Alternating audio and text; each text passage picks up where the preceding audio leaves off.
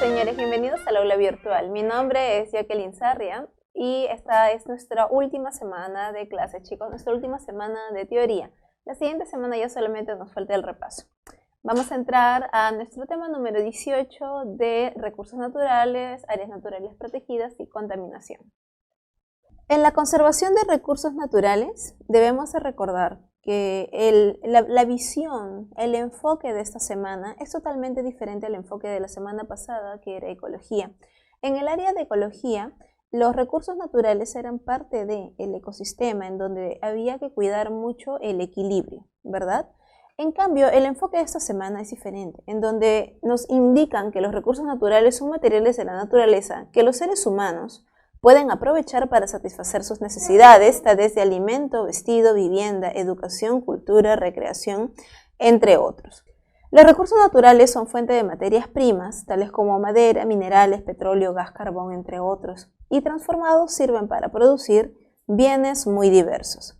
Los recursos naturales son de muchos tipos y se pueden clasificar de diferentes maneras, pero una de las maneras más usuales es como agotables o inagotables. Los inagotables se refieren principalmente a las fuentes naturales e energéticas, tales como la energía solar, la energía eólica, mientras que los agotables son considerados como no renovables o como renovables. Vamos a ver quiénes están en estas categorías. La clasificación más utilizada es al momento de diferenciar o identificar los recursos naturales, es siempre como renovables o los no renovables. Esta clasificación se basa de acuerdo a la disponibilidad en el tiempo, a la tasa de regeneración o a su ritmo de consumo. ¿Qué quiere decir esto? Nosotros tenemos que tener en cuenta lo siguiente, que la tasa de regeneración versus la tasa de extracción o la tasa de consumo, esto es pregunta también, chicos, examen de admisión, ya ha venido antes. En teoría, la tasa de regeneración debe de siempre ser mayor o igual, ¿no? En el peor de los casos, mayor o igual a la tasa de extracción. No, obviamente, lo que ocurre con muchísimos recursos es lo inverso, ¿no? Usualmente la tasa de extracción supera, y muchas veces supera enormemente, la tasa de extracción a la tasa de regeneración, ¿no? Esto es lo que no debe de ocurrir porque esto conllevaría un proceso de extinción. Esto tenemos que tenerlo en cuenta. Los recursos naturales renovables te indican que dentro de esta clasificación de recursos está la flora, la fauna, el suelo. Aunque actualmente en algunos casos se está produciendo un uso excesivo o inadecuado, ¿no?, que puede hacer que pierdan esta consideración debido a que los ciclos de regeneración pueden estar por debajo de la tasa de extracción, tal como lo habíamos mencionado. Los recursos naturales también pueden ser no renovables. Los recursos no renovables son materiales distribuidos de manera irregular en todo nuestro planeta. Tienen depósitos limitados, ¿sí? Son depósitos limitados con un ritmo de regeneración muy inferior a las tasas de extracción o explotación actuales. Los recursos naturales geológicos, tales como los minerales, se acostumbraban a dividir entre energéticos y aquellos que no lo son, todos los que pueden ser utilizados como materias primas. Pero los energéticos, tal como dice su nombre, también son fuentes de energía. Dentro de este último se encuentran los combustibles fósiles, ¿no? Estamos hablando principalmente de petróleo, carbón y todos sus derivados. Aquellos que también son nucleares, como por ejemplo el uranio, que se encuentran en cantidades mínimas en nuestro planeta. Los recursos naturales se deben de preservar. Esto ya es a manera general. Chicos, recordemos aquí estos dos términos. Preservar y se deben de conservar. Preservar quiere decir poner a cubierto un daño o deterioro. Se refiere a la reparación. Y conservar, mantenerlos toda la vida, mantenerlos por siempre. La conservación del ecosistema se justifica por diferentes razones, sean científicos, económicos, médicos, estéticos o éticos. ¿Cuál es una justificación científica, por ejemplo? Una justificación científica sería un área en donde encontramos especies nuevas, especies endémicas. Un motivo económico sería un área de alta producción de recursos, por ejemplo, una zona altamente agrícola con gran producción de materia prima, de alimentos, o una zona en donde el terreno se ha utilizado para la reproducción de animales. Las razones médicas para conservar un área sería por el crecimiento de plantas medicinales en abundancia, como nosotros bien podemos recordar que en nuestro país, por ejemplo, la uña de gato en zonas de la selva crece como mala hierba. Y la uña de gato es un producto de exportación muy utilizado en países desarrollados como Estados Unidos, Europa, como un potente desinflamante. Esa sería un área médica. Otra área médica, por ejemplo, otra área conservada por razones médicas, sería los lugares en donde tenemos aguas medicinales, que en el Perú pues hay por montones. Un motivo estético para conservar un área sería un hermoso paisaje. En el Perú sabemos que abundan y usualmente las bellezas escénicas están dentro de parques nacionales o reservas nacionales. Pero hay dos lugares muy particulares en nuestro país, conocidos como reservas paisajísticas. Una de ellas está entre Lima y Yauyos, entre Lima y Pasco, ¿verdad? En la zona de Nor Yauyos Cochas, en donde encontramos un sistema hermoso de cataratas, lagos y ríos. Y también tenemos la reserva paisajística del Cañón del Cotahuasi, en Arequipa, en donde los paisajes son realmente bonitos. Y motivos éticos para conservar un área es, por ejemplo, en donde ocurrieron hechos gloriosos para la historia de nuestro país. La preservación y la conservación de recursos naturales deben contemplar además la conservación de suelos, de especies, ecosistemas, el control de la superpoblación y también de las enfermedades. El Ministerio del Ambiente. Todos conocemos el Ministerio del Ambiente, ¿verdad? Conocido simplemente como el MINAM, creado el 13 de mayo del 2008, mediante Decreto Legislativo 1013. Su función es la de ser un ente rector del sector ambiental, con la función de diseñar, establecer, ejecutar y supervisar la política nacional y sectorial ambiental. Tiene los siguientes objetivos específicos, como de fortalecer la gestión ambiental descentralizada, asegurando la calidad ambiental y conservación y aprovechamiento sostenible de la diversidad biológica y del patrimonio natural de nuestro país. Promover la cultura ambiental, participación ciudadana y equidad social en procesos de toma de decisiones para el desarrollo sostenible, garantizando la gobernanza ambiental de nuestro país. Y fortalecer la gestión eficaz y eficiente del MINAM en el marco del Sistema Nacional de Gestión Ambiental. El Sistema Nacional de Gestión Ambiental se divide en Sistema Nacional de Evaluación de Impacto Ambiental, el Sistema Nacional de Información Ambiental, el Sistema Nacional de ANPs, ¿verdad? Áreas naturales protegidas por el Estado. El CERNAP es otra entidad sumamente importante, Servicio Nacional de Áreas Naturales Protegidas por el Estado. Este organismo público técnico especializado está adscrito al Ministerio del Ambiente a través de Decreto Legislativo 1013 desde el 14 de mayo del año 2008. Está encargado de dirigir, establecer los criterios técnicos administrativos para la conservación de las áreas naturales protegidas y de cautelar el mantenimiento de la diversidad biológica. El CERNAP es el ente rector del Sistema Nacional de Áreas Naturales Protegidas por el Estado, conocido como SINAMPE. Y en su calidad de autoridad técnico-normativa, realiza su trabajo en coordinación con gobiernos regionales, locales y propietarios de predios reconocidos como áreas de conservación privada. Las áreas naturales protegidas en nuestro país, las ANPs, son espacios que pueden ser continentales o también marinos del territorio nacional, reconocidos, establecidos y protegidos legalmente por el Estado, debido a su importancia para la conservación de la diversidad biológica y demás valores asociados de interés cultural, tanto paisajístico como científico, así como por su contribución al desarrollo sostenible de nuestro país. En el Perú tenemos 76 ANPs de administración de tipo nacional, 20 de conservación regional, y en realidad ya son más de 130 ANPs de conservación privada. Las categorías de las áreas naturales protegidas son muy variadas, tal como podemos ver aquí en la imagen, ¿no?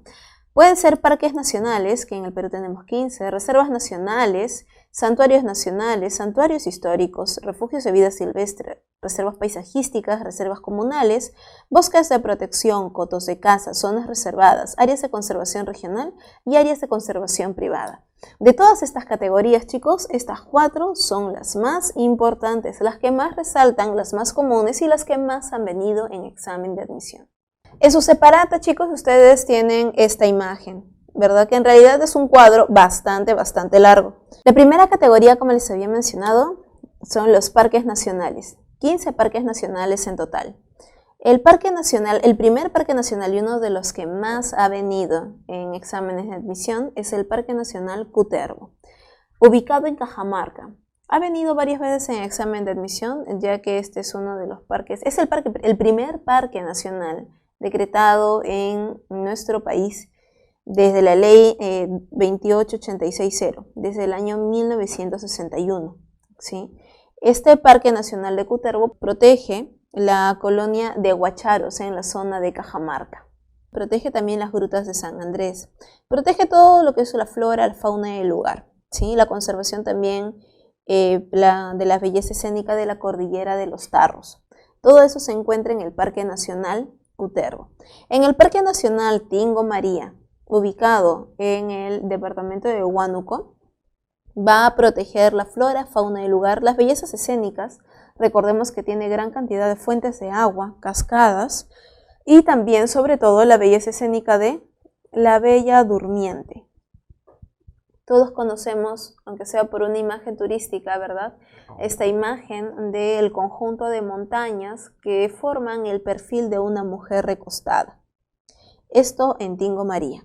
El Parque Nacional del Manu, recordemos que este Parque Nacional se encuentra ubicado entre Cusco y Madre de Dios, selva, ¿verdad? Protege toda la diversidad biológica, toda la biodiversidad de la selva tropical del sudeste del Perú. El Parque Nacional Huascarán, ubicado en Ancash, conserva toda la flora, fauna, los nevados y bellezas paisajísticas. Tiene gran cantidad de nevados. Los nevados que protege, los principales, son el Alpamayo, el Huandoy, ¿sí? Y la Pirámide. Es el nombre de los 3 picos nevados que protege este parque nacional. Además de, obviamente, donde mencionen que hay nevados, hay una gran cantidad de el recurso hídrico, ¿sí? Hay gran cantidad de agua. El Parque Nacional Cerros de Amotape.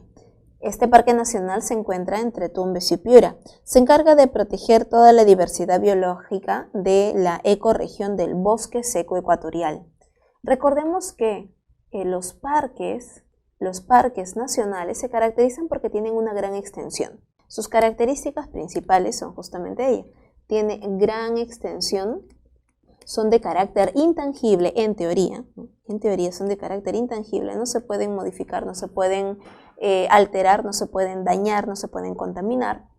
Se caracteriza también porque usualmente protegen toda una ecorregión o protege un bioma, ¿sí? O protege varios ecosistemas, ¿no? O un bioma en conjunto, o incluso hasta 2 biomas, dependiendo de la extensión del parque. Usualmente son bastante grandes. Además que permite también el turismo y la investigación. Permite turismo y la investigación.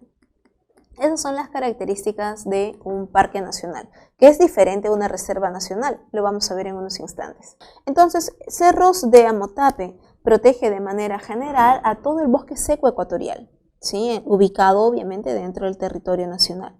Protege también el bosque tropical del Pacífico. El bosque tropical del Pacífico. Especies en peligro de extinción como el cocodrilo de Tumbes, ¿no? También llamado cocodrilo americano, nombre científico Cocodrilus acutus, y a la nutria del noroeste. Chicos, algo muy importante que debemos de tener en consideración es que actualmente el cocodrilo de Tumbes ya no se encuentra en peligro de extinción, ¿no? Ya no es como hace unos años, en donde el cocodrilo de Tumbes se encontraba en cantidades mínimas, aproximadamente unos 20-25 individuos. En la actualidad ya no es así. Su reproducción en cautiverio ha sido exitosa. En el Parque Nacional Río Abiseo, este se ubica en el departamento de San Martín. Río Abiseo protege todo el bosque de montaña, es uno de los bosques de montaña mejor conservados que nosotros tenemos aquí en nuestro país. Protege también al oso de anteojos, al mono choro de cola amarilla, ¿sí? Protege también a las orquídeas de la zona, que son nativas y endémicas de la zona del río Abiseo. Y en su parte altoandina también protege pajonales de gramíneas, pequeños bosques aislados de leñosas y demás. Como les había mencionado, ¿no? Debido a su gran extensión, protege diversos hábitats. El Parque Nacional Yanachaga-Chemillén, ubicado en la zona de Pasco, protege los afluentes del río Palcazú, Huancabamba. Se encarga de proteger la zona de los valles, protege ríos, protege la zona de valles y con la característica de que recordemos que siempre donde hay una fuente de agua vamos a encontrar a comunidades de la zona, ¿no? Por ejemplo, aquí protege a las comunidades nativas de los yaneshas. Por eso es que se llama Yanachaga-Chemillén. Pregunta de examen de admisión, chicos, por si acaso. En la siguiente, el Parque Nacional Baguaja-Sonene, ubicado entre Madre de Dios y Puno. Este parque nacional protege las bellezas paisajísticas de la selva sur. Protege también la única muestra que hay en nuestro país de sabanas húmedas. Tú sabes que en nuestro país la cantidad de ecosistemas que hay son más de aproximadamente el 60% de los ecosistemas que hay a nivel mundial. Una de ellas son las sabanas húmedas, que se encuentran obviamente entre Madre de Dios y Puno. Si nosotros pensamos en Madre de Dios, obviamente selva. Si pensamos en Puno, región altoandina. La unión de las ecorregiones, tanto de selva como zona altoandina, nos van a dar hábitats únicos, entre ellos las sabanas húmedas. En la siguiente, el Parque Nacional Cordillera Azul es uno de los que más ha venido también en examen de admisión, así como Cutervo, debido a que se encuentra entre 4 departamentos: San Martín, Loreto, Ucayali y Huánuco. El Parque Nacional Cordillera Azul protege los pantanos de altura, ¿sí? Protege también diferentes ecosistemas únicos de la zona, como las comunidades biológicas de roca ácida, bosques esponjosos, bosquecillos enanos, cerros de piedras rojizas, bosques de colina, laderas, lagos, arroyos, riachuelos, de manera general fuentes de agua. El Parque Nacional de la Cordillera Azul obviamente es bastante extenso, es uno de los más extensos. Miren su extensión por aquí, este es uno de los más grandes, igual que Baguaja-Sonene, Cordillera Azul y el Manu, ¿no? El Manu es hasta el momento, Alto Purus llega a ser más grande, junto también con Sierra del Divisor. Esos son los parques nacionales más grandes, de mayor extensión en nuestro país. El Parque Nacional Otishi, entre Junín y Cusco. El Parque Nacional Otishi se encarga de proteger el bosque húmedo de selva central de la cordillera del Vilcabamba. Va a proteger comunidades indígenas de las familias Arawak, el grupo Xaninca, Machillenga, también Yines y Caquintes. Protege sistemas de cataratas y puentes naturales. El Parque Nacional Alto Purus, ubicado entre Ucayali y Madre de Dios. Este parque nacional se encarga de la protección de la belleza paisajística del área. Este parque también defiende el hábitat natural de los grupos étnicos de aislamiento voluntario. Vamos a encontrar también que protege los ríos Alto Purus, al igual que el nombre del Parque Nacional, Alto Purus, Alto Yura y Las Piedras, que son los ríos principales, los ríos principales que alimentan toda el área de producción para estas comunidades nativas. El Parque Nacional Cordillera del Cóndor, conocido también como Ixchijatmuja, ubicado en Amazonas. Este parque nacional muestra a la ecorregión del bosque montano de la Cordillera Real Oriental. Es bosque montano, muy conocido por su nombre, obviamente. La Cordillera del Cóndor protege toda la dinámica, la calidad y la cantidad de agua ubicada en su entorno. También tenemos Huepi Sequime. Estos parques nacionales son los últimos, ¿no? Del 2012, 2015, 2018. Huepi Sequime en Loreto, Sierra del Divisor entre Ucayali y Loreto. Yaguas, el último decretado en enero del año pasado, ubicado también en Loreto. Los santuarios nacionales. Los santuarios nacionales en el Perú son 9 todavía, ¿sí? El Santuario Nacional de Guayay, ubicado en Pasco, Protege el bosque de piedras de Guayay, toda la flora y fauna nativa del área. Son literalmente, chicos, un bosque de piedras. Son piedras de aproximadamente unos 10 o 15 metros de altura. Bastante grandes. Muy simpático el ambiente. El Santuario Nacional de Calipuy protege en la libertad a la puya Raimondi, ¿sí? Y también a las poblaciones de Huánuco.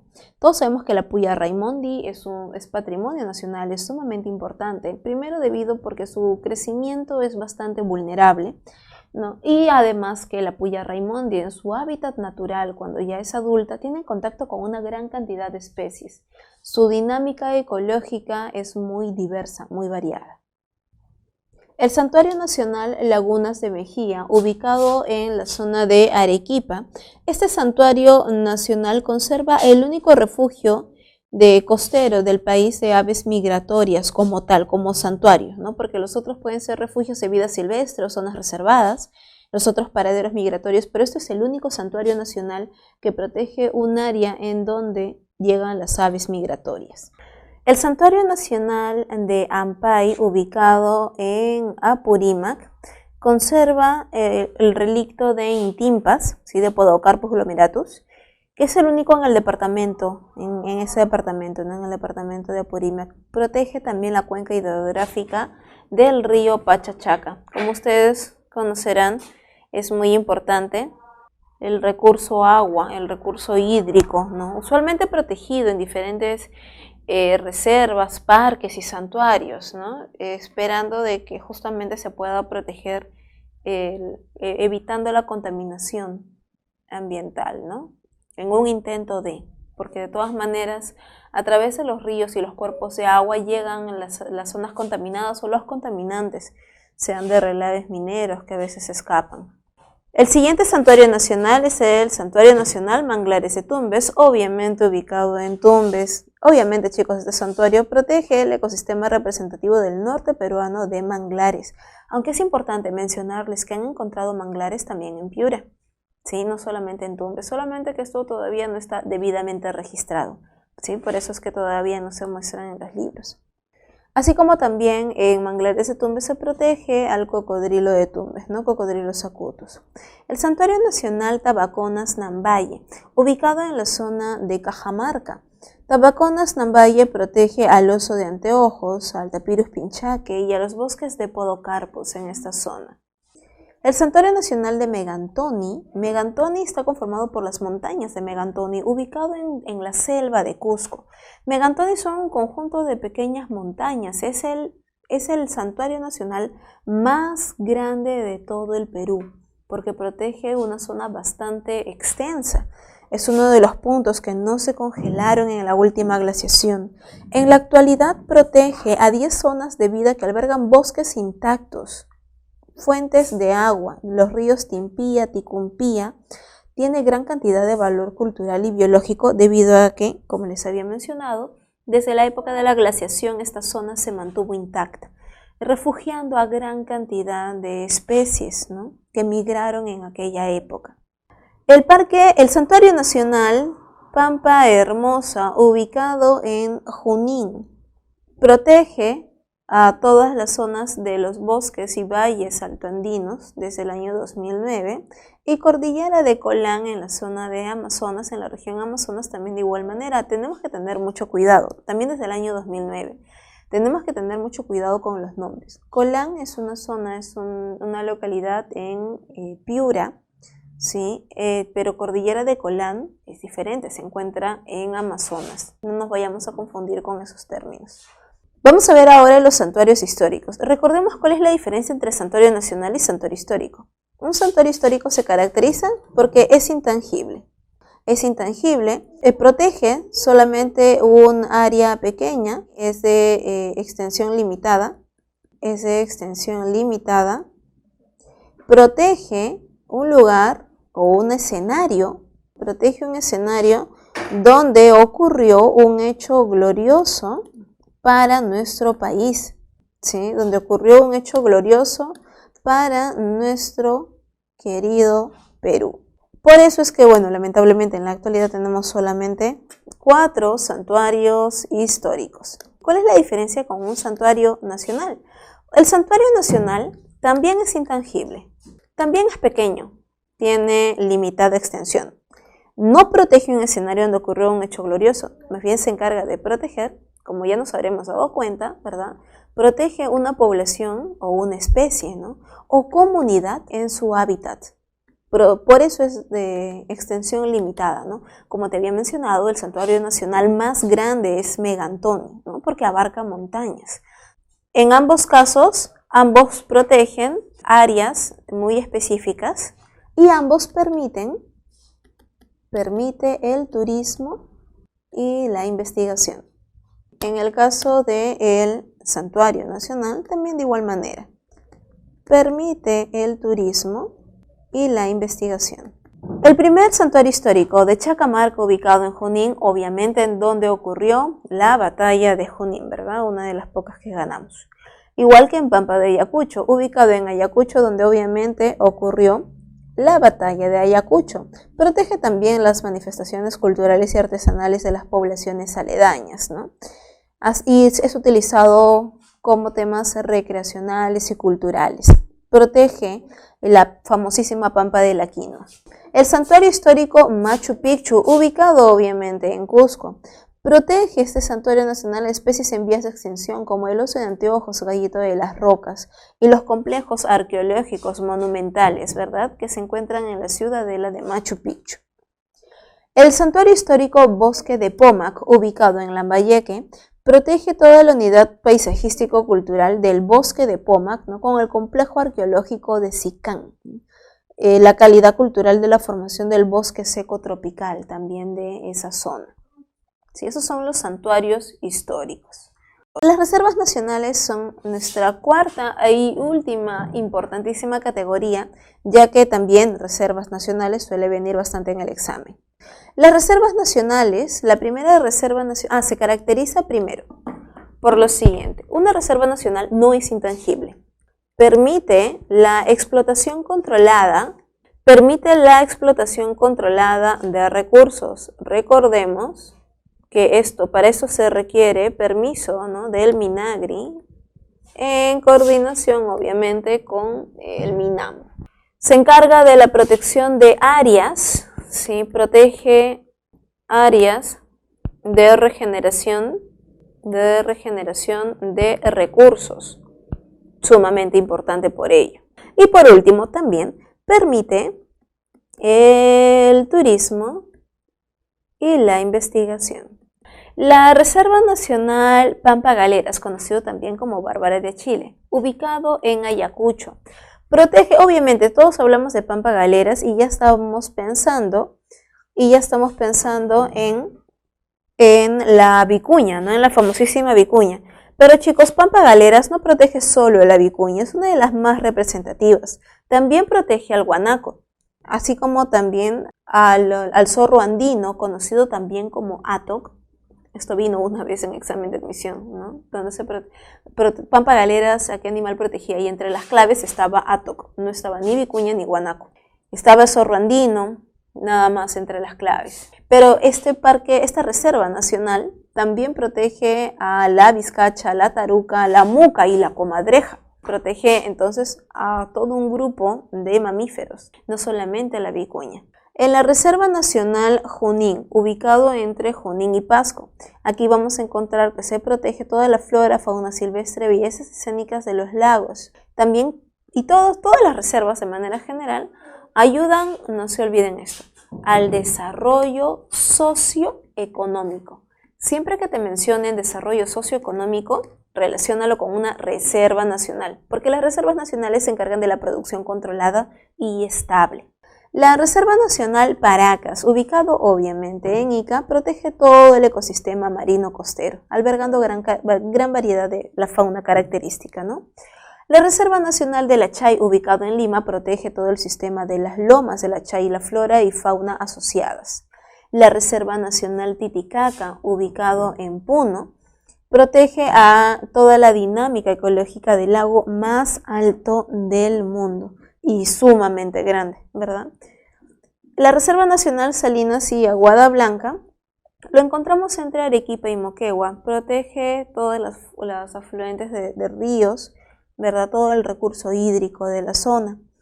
La Reserva Nacional, y también protege Salinas y Aguada Blanca, protege a la vicuña también, ojo, por si acaso, protege a la vicuña, protege también a la taruca, protege a las parihuanas, ¿sí? Y también a los bosques de Queñual.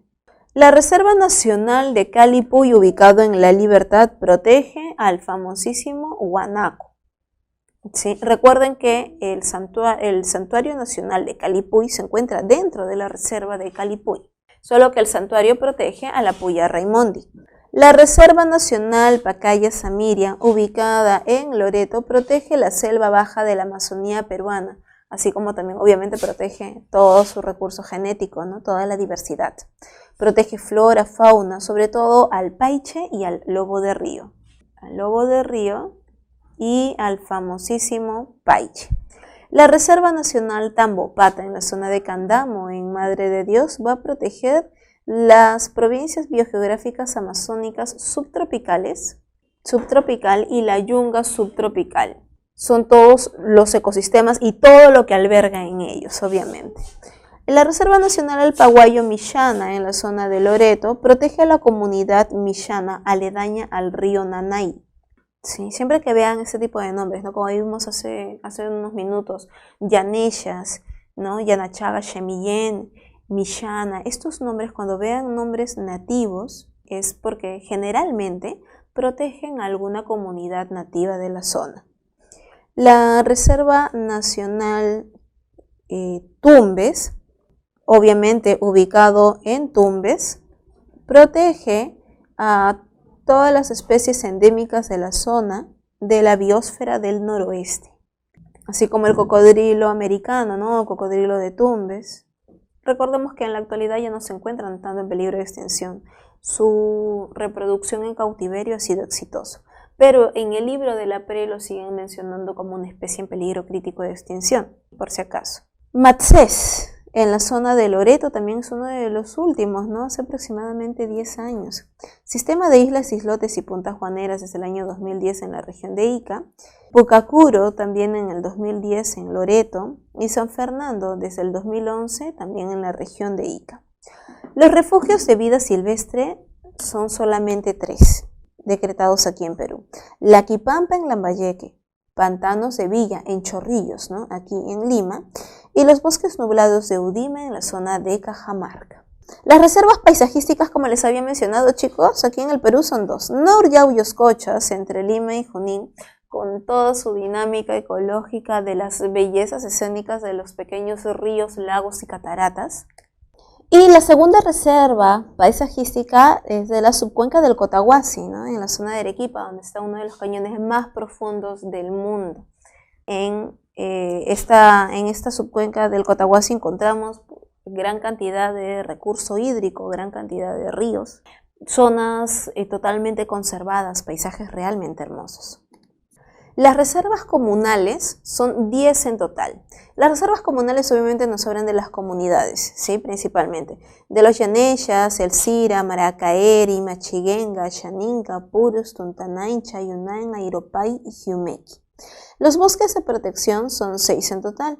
Canal Nuevo Imperial en Lima, muy importante, ¿sí? Puquio Santa Rosa en La Libertad, Puypuy en Junín, San Matías San Carlos en Pasco, Pagaibamba en Cajamarca y Altomayo en San Martín. Cotos de caza son 2 en total, ¿sí? El Ángolo en Piura y Sunchubamba en Cajamarca.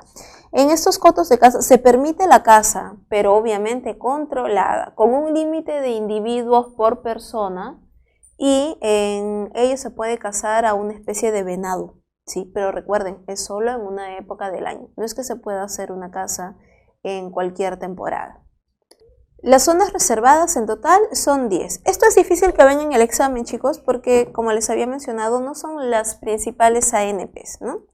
Chancaybaños en Cajamarca, Santiago Comayna entre Amazonas y Loreto, Cordillera Huayhuash entre Ancash, Huánuco y Lima, Sierra del Divisor entre Loreto y Ucayali, Río Nieve en Amazonas, Lomas de Ancón en Lima, Bosque de Zárate también en Lima, Illesca en Piura, Reserva Paisajística Cerro Capia en Puno y Ancón también en Lima. Las áreas de conservación regional en total son 21. Cordillera Escalera, Humedales de Ventanilla también aquí en Lima, Albufera de Medio Mundo también en Lima, Comunal Tanchiyacu, Tahuayo en Loreto, Vilacota, Maure en Tacna, Nimire en Ucayali, Choquequirao, Cusco, Bosque de Puya de Raimondi en Ayacucho, Ampillacu, Apayacu en Loreto, Alto Nanay, Pintuyacu, Chambira también en Loreto, Angostura Faical en Tumbes, Bosque Huacrupe, La Calera en Lambayeque, Bosque Moyán Palacio en Lambayeque, Huaytapallana en Junín, Bosque Seco Salitral Huarmaca en Piura. Laguna de Huacachina en la zona de Ica, Maijuna Quichua en Loreto, Tres Cañones en Cusco, Vista Alegre o Ría en Amazonas, bosques tropicales estacionalmente secos del Marañón en Amazonas, bosque de Xunte y Misoyo en San Martín, ¿sí? Y las áreas de conservación privada, en total 134. Obviamente, chicos, todos ellos no vienen. Las áreas de conservación privada, su objetivo obviamente es proteger pequeñas áreas, ir protegiendo de poco a poco nuestro país, ¿no? Con toda su diversidad biológica. Entre ellas destacan Guayapa en Lima, ¿sí? San Antonio en Amazonas, son los que más se han nombrado, ¿no? Bosque Nublado en la zona de Cusco, Mantanay en Cusco también, Baguaja en la zona de Madre de Dios, Tutucima también en Madre de Dios, Pampa Corral en la zona de Cusco, San Marcos en la zona de Huánuco, Lomas de Atiquipa en Arequipa, Paguana en Huánuco, Nuevo Amanecer en Madre de Dios, Checa en Puno, Los Chichos también, acá está, Los Chichos, ¿sí? En Amazonas, Berlín también en Amazonas, Selva Virgen en Loreto, y estos son los últimos, ¿no? Como nos podemos dar cuenta, los años declarados son 2015, 2016, 2016, 2017, 2018, hasta el 2019. Son las últimas áreas de conservación privada, ¿sí? Declarados en nuestro país, en diferentes partes, ¿no? Pero sobre todo se dan cuenta está Loreto, Madre de Dios, Amazonas, Loreto, Cusco, por acá Piura, San Martín, Loreto, Cusco, Piura, Madre de Dios, Loreto, San Martín, Loreto, Madre de Dios, Loreto, ¿no? Piura, en esas zonas. En los procesos de contaminación, vamos a encontrar, como lo habíamos mencionado la semana pasada en ecología, hay la contaminación del aire, contaminación del agua, contaminación del suelo, de diferentes maneras. La contaminación del aire, lo más conocido a nivel preuniversitario, es por el efecto invernadero, las lluvias ácidas y la destrucción de la capa de ozono. Recordemos que también puede haber contaminación sonora. La contaminación del agua, por otro lado, sea por relave, sea por industria petroquímica, sea por aguas servidas domésticas, por desagües, ¿sí? Sea por el motivo que sea, cuando el agua se contamina, siempre trae enfermedades a los seres vivos y usualmente muerte de los mismos. Mientras que la contaminación del suelo, también en muchas ocasiones por relaves mineros, puede provocar la muerte de vegetales y esto da lugar a la desertificación. Chicos, nosotros tenemos que tener en cuenta algo muy importante. La minería es una de las principales actividades generadoras de recursos en nuestro país. La minería no es mala. El problema es cuando no se le da una adecuada extracción de los minerales de la tierra. ¿La minería puede llegar a ser amigable con el medio ambiente? Claro que sí. Simplemente hay que cumplir las normas, ¿sí? Porque justamente por no cumplir las normas es que se genera tanta contaminación por esta actividad que muchas personas lo tienen como que ya estigmatizado de que la minería es mala. Y no es así, genera muchos recursos económicos para nuestro país. El punto es simplemente saber hacer una minería ecoamigable, que genere el menor cantidad de impacto posible. La contaminación atmosférica nos indica que la calidad de aire que nos rodea está determinada principalmente por la distribución geográfica de las fuentes de emisión de contaminantes, la cantidad de estos. Los principales mecanismos de contaminación atmosférica son los procesos industriales que implican combustión. tanto en industrias de automóviles, calefacciones, que generan dióxido y monóxido de carbono, óxidos de nitrógeno y azufre, entre otros contaminantes. De igual manera, algunas industrias emiten gases nocivos en sus procesos, durante todos sus procesos de producción, como el cloro o hidrocarburos, que no han realizado la combustión completa. Desde 1850 tenemos este gráfico que pasa por 1990, 1950 hasta el año 2000 nada más. Y hemos visto cómo la emisión del CO2, miren cómo se ha ido incrementando, ¿no? Es en un sub y baja. Pero este es el año 1950 en donde obviamente toditito esto se dispara. En la actualidad se asume que está como que en un sub y baja, ¿sí? Esperemos que pronto termine de bajar. Bueno, nunca va a llegar a bajar tanto, obviamente por el tema industrial, ¿no? Pero sí poco a poco tal vez podría ir disminuyendo las emisiones de este gas que genera el efecto invernadero.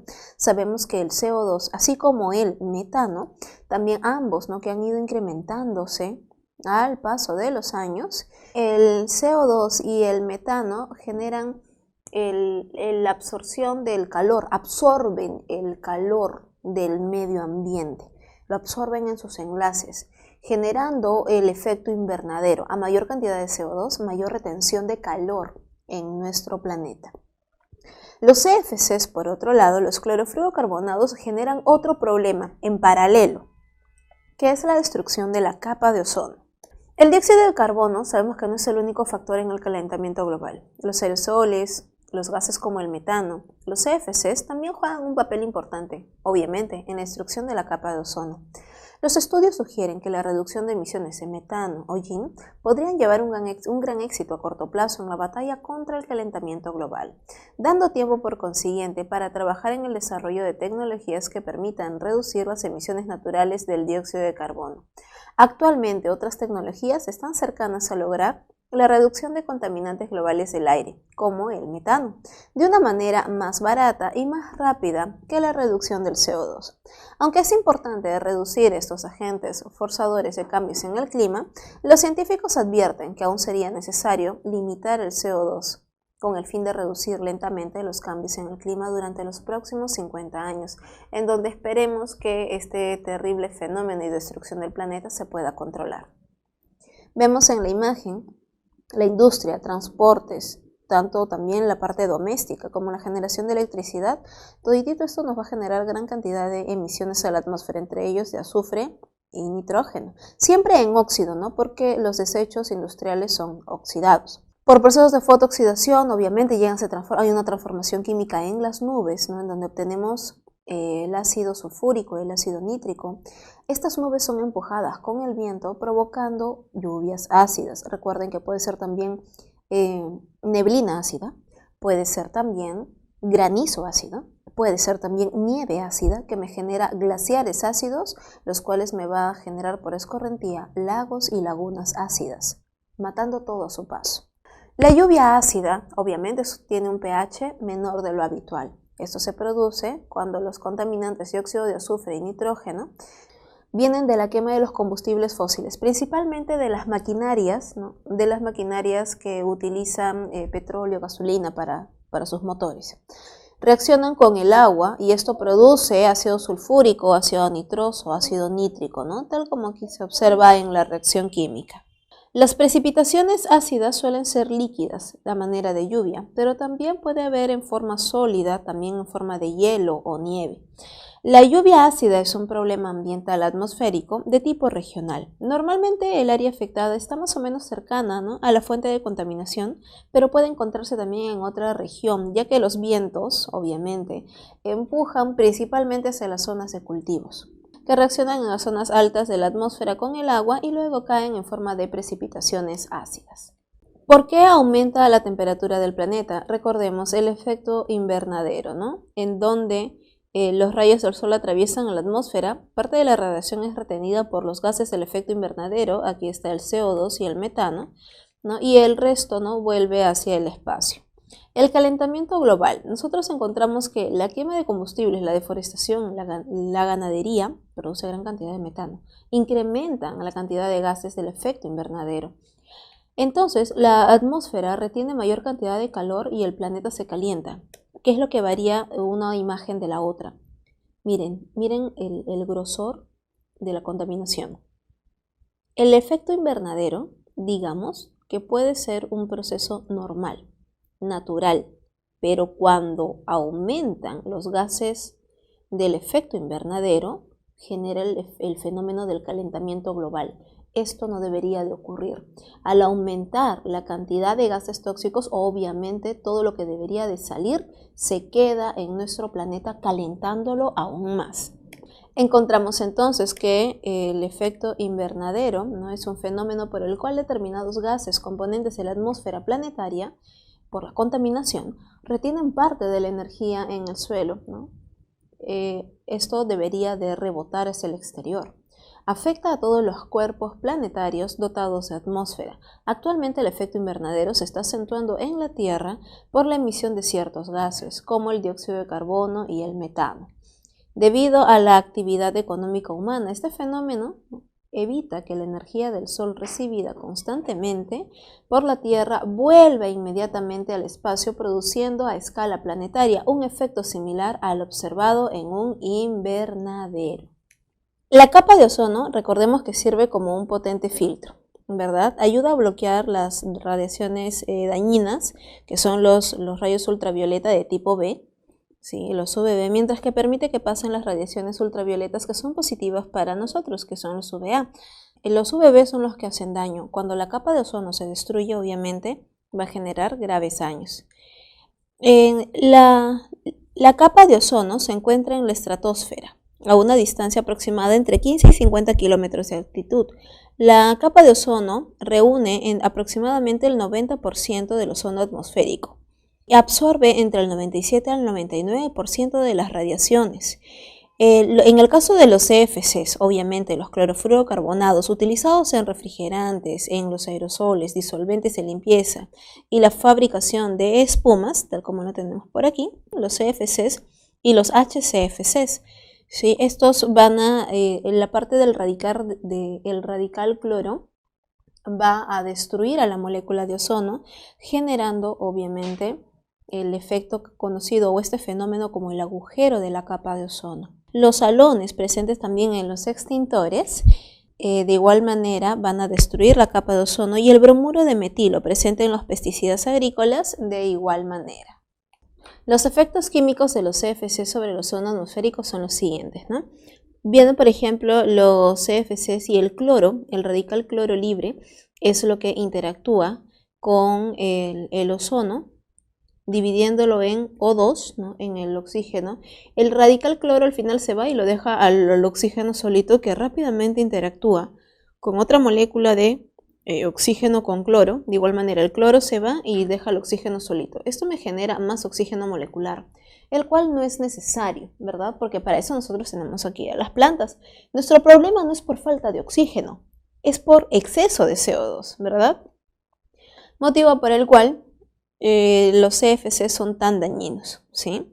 Cuando los gases que contienen el cloro se descomponen en la atmósfera, cada átomo de cloro inicia una reacción capaz de destruir centenares de miles de moléculas de ozono, porque este radical cloro queda libre y este va a fastidiar a otro ozono. Nuevamente sale O2, ¿no?, más el oxígeno con el cloro se quedan juntitos, luego se encuentra con otro oxígeno con cloro, los oxígenos se van, me generan O2 y los cloros queda solito el radical, otros radicales solitos para ir a fastidiar a otro ozono y nuevamente volver al proceso. Por eso es que los CFC son tan complicados.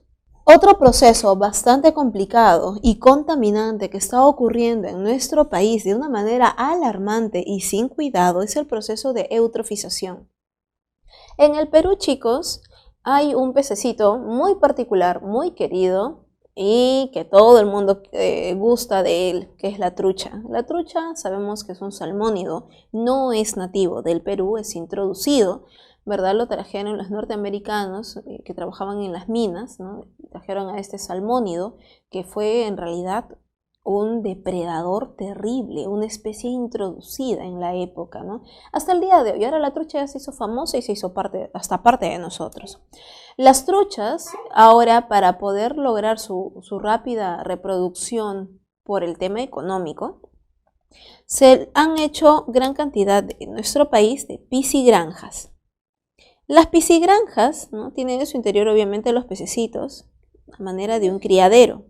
Las truchas son alimentadas con nutrientes, ¿no?, alimento para peces, con desechos también de otros animales, de otros pececitos.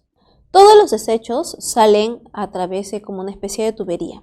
Pero el problema es que estos desechos van directamente a un río o directamente hacia un lago. Obviamente estos desechos, chicos, tienen gran cantidad de restos fecales y materia orgánica en descomposición, lo cual aparentemente sería bueno porque son nutrientes, ¿verdad? Son sustancias orgánicas que las plantas utilizan, ¿no?, como abono, y en general todo esto estaría bien. Pero señores, no es así, porque el exceso de nutrientes también trae graves problemas al ambiente. Todo en exceso hace daño, literalmente. Sí, el exceso de nutrientes va a generar la mayor producción de plantitas en el agua, sean algas, plantitas acuáticas, en la zona de bordes, ¿sí?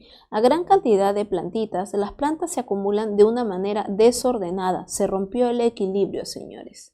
Al romperse el equilibrio ecológico, las plantas son tan abundantes que se empiezan a podrir también, ¿sí? También se empiezan a marchitar, se empiezan a podrir y a las finales genera zonas en donde toda esta materia orgánica se empieza a podrir, Las reacciones de putrefacción incluyen oxidación.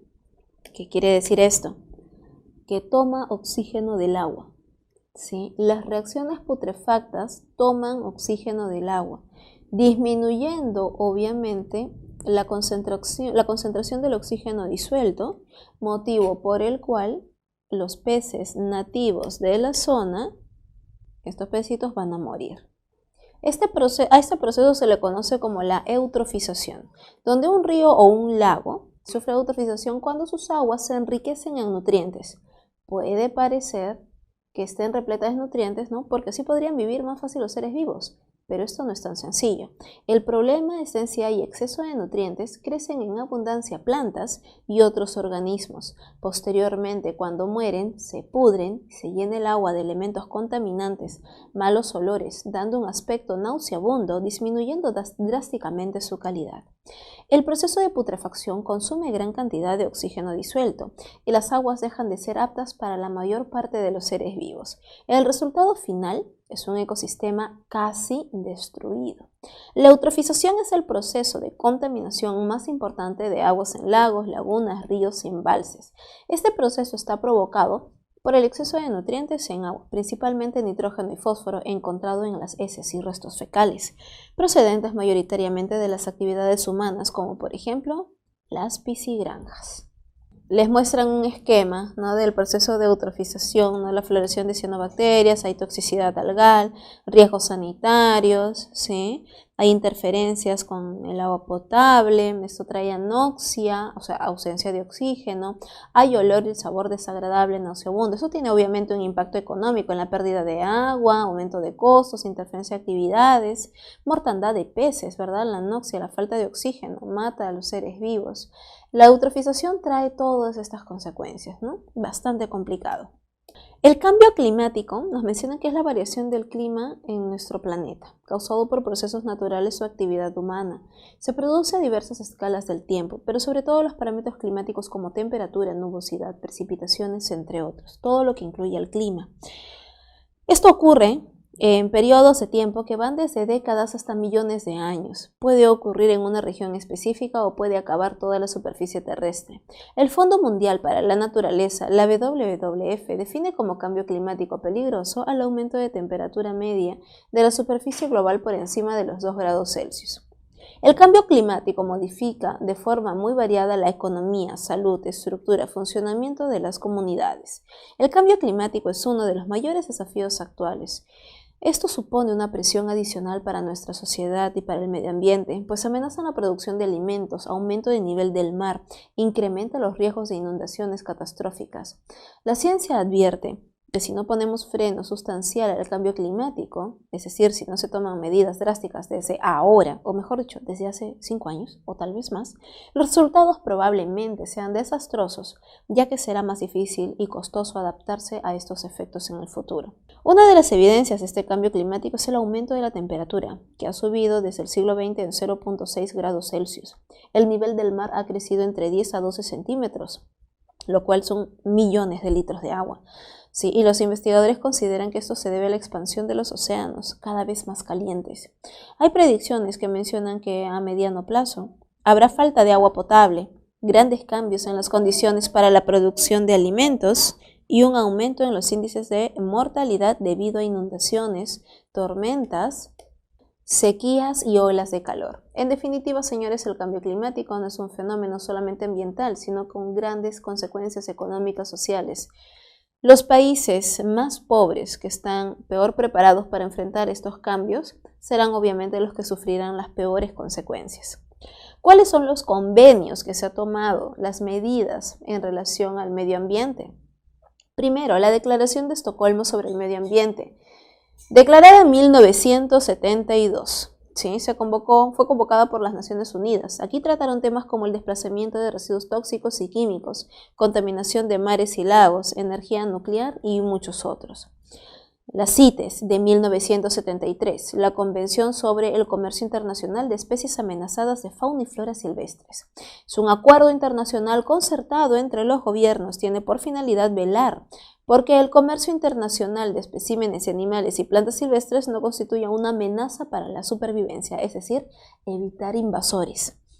La Carta Mundial de la Naturaleza de 1982 se establece en este documento como un compromiso de los países firmantes a mantener la preservación del ambiente al respecto por los distintos ecosistemas, disminuir la contaminación proveniente de las grandes industrias, conservar los recursos naturales y a idear estrategias autosostenibles que ayuden a impulsar el desarrollo económico. El Protocolo de Montreal de 1987. Este protocolo enfatiza acerca del peligro de la destrucción de la capa de ozono y el compromiso adquirido de disminuir las sustancias químicas que afectan la estabilidad de la capa de ozono. El Convenio de Basilea de 1989, en donde se pretende controlar los desechos peligrosos y el traslado de los mismos, así como su disposición final, sean radiactivos y tóxicos, sobre todo. La Convención de las Naciones Unidas sobre el Cambio Climático de 1992. En esta convención se revelaron varios objetivos que se pretendían alcanzar con la colaboración de todos los países que integran la ONU y que estaban enfocados en las emisiones de gases contaminantes que incrementan el problema del efecto invernadero, de la contaminación de diferentes ecosistemas marinos, terrestres y de cambio climático. El Convenio Marco de la Diversidad Biológica de 1992 también, tratado internacional jurídicamente vinculante con 3 objetivos principales: conservación de la diversidad biológica, utilización sostenible de sus componentes y participación justa y equitativa en los beneficios que se deriven de la utilización de recursos genéticos. Su objetivo general es promover medidas que conduzcan a un futuro sostenible. El Protocolo de Kioto de 1997 tiene por objetivo reducir las emisiones de 6 gases de efecto invernadero que causan calentamiento global, como el dióxido de carbono, el metano, el óxido nitroso, y los otros 3 son tipos de gases industriales fluorados, ¿no? Los HFC, PFC y los SF6, todos ellos. El Protocolo de Cartagena del año 2000 es un instrumento internacional que regula organismos vivos modificados, producto de la biotecnología moderna.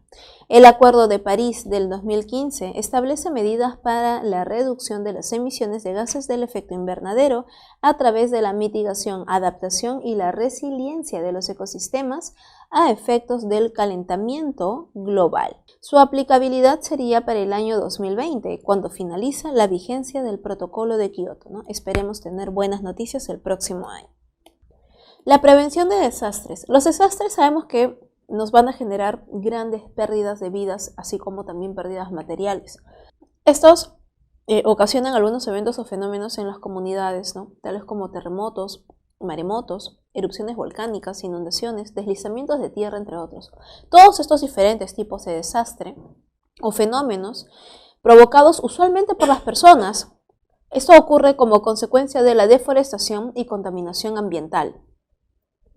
Existen factores que favorecen un mayor riesgo en la magnitud del desastre, como son las condiciones de vida económicas, sociales, culturales y físicas vulnerables, como la salud precaria, viviendas mal construidas, tipos de suelos inestables.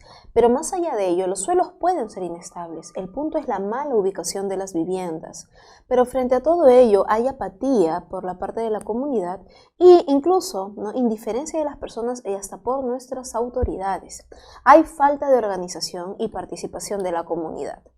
Las comunidades donde persiste un alto riesgo de que ocurra uno o más fenómenos naturales o provocados por nosotros mismos, se mantienen en condiciones de vida comunitarias vulnerables, presentarán grandes posibilidades de generar un verdadero desastre.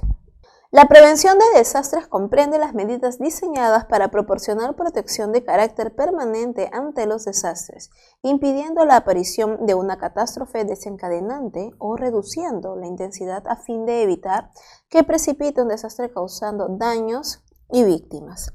La prevención de los desastres implica, en primer lugar, una adecuada comprensión de sus causas y dinámica. Para ello resulta útil diferenciar catástrofes, ¿sí?, que actúan como desencadenantes de aquellos en un contexto previo de vulnerabilidad. De este modo, las catástrofes naturales, muchas veces inevitables, se convierten en desastres debido a determinados comportamientos de la actividad humana. La estrategia, chicos, de prevención debe de basarse en la reducción de la vulnerabilidad socioeconómica de sectores pobres y excluidos, mediante la promoción del desarrollo humano sostenible y equitativo.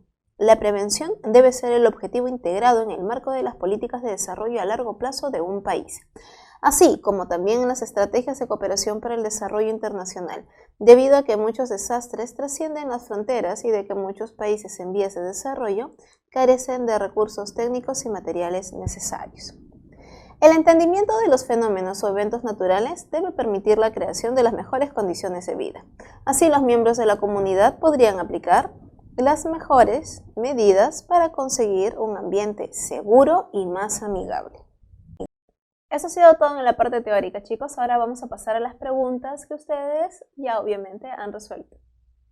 En la pregunta número 1 nos indica: el desarrollo sostenible implica aprovechar los recursos naturales como el petróleo, plantas, minerales, energía solar, aire, animales, agua y gas natural, de manera controlada para que las futuras generaciones también se beneficien con ellos.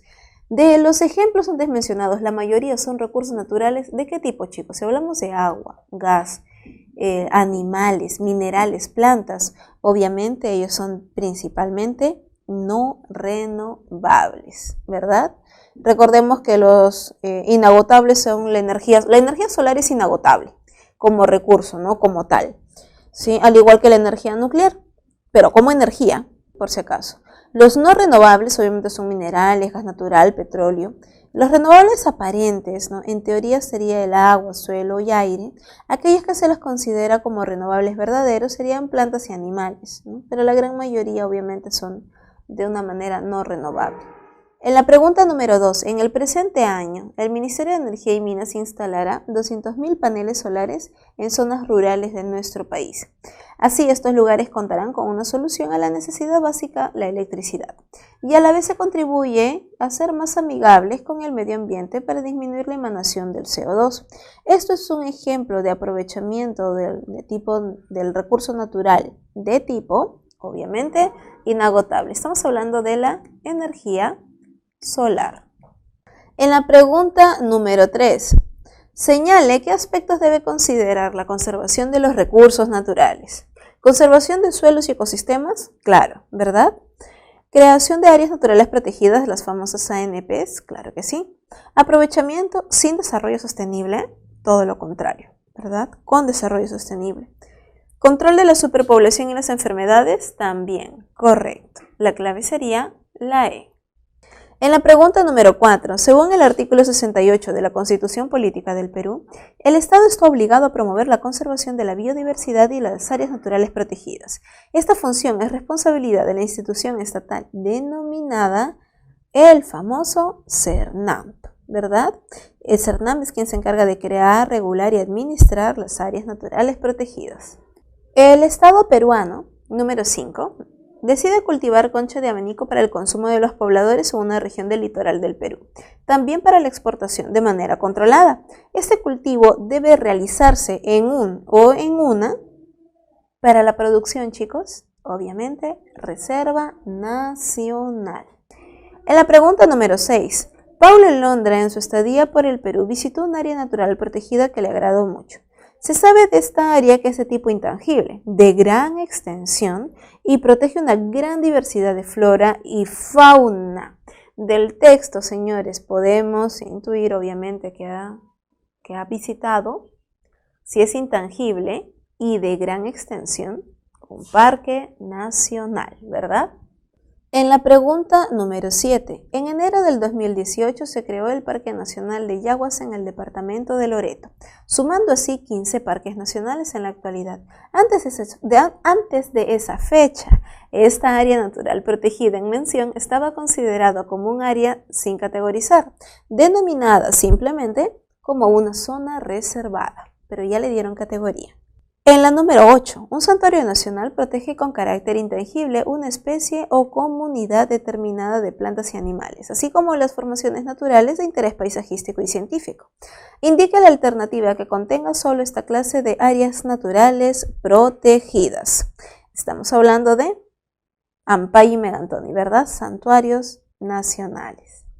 En la pregunta número 9, el santuario histórico de protege restos arqueológicos, animales como el oso de anteojos y gallito de las rocas. Obviamente, chicos, estamos hablando de el famosísimo Machu Picchu. En la pregunta número 10, en el protocolo de Montreal celebrado en 1987, muchos países decidieron apoyar la conservación de la capa de ozono, la cual es afectada mediante ¿quién afecta la capa de ozono? Definitivamente los CFCs, ¿verdad? Los clorofluorocarbonados. En la pregunta número 11, las lluvias ácidas amenazan la vida en los bosques debido a la emanación de gases contaminantes, tales como, por ejemplo, ¿quiénes son los gases contaminantes productores de lluvias ácidas? Para eso está el nitrógeno y el azufre, pero en su forma de óxido, ¿verdad? No podría ser el azufre de esa manera, sino como óxido. En la pregunta número 12, el lago Titicaca, una maravilla natural reconocido a nivel mundial, está siendo afectada por la eutrofización, la cual ocasiona la proliferación de ciertas algas. La causa principal de este problema es, evidentemente, como lo habíamos mencionado en clase, también se da por el uso indiscriminado de detergentes y fertilizantes, ¿no?, que contienen gran cantidad de fosfatos y nitratos.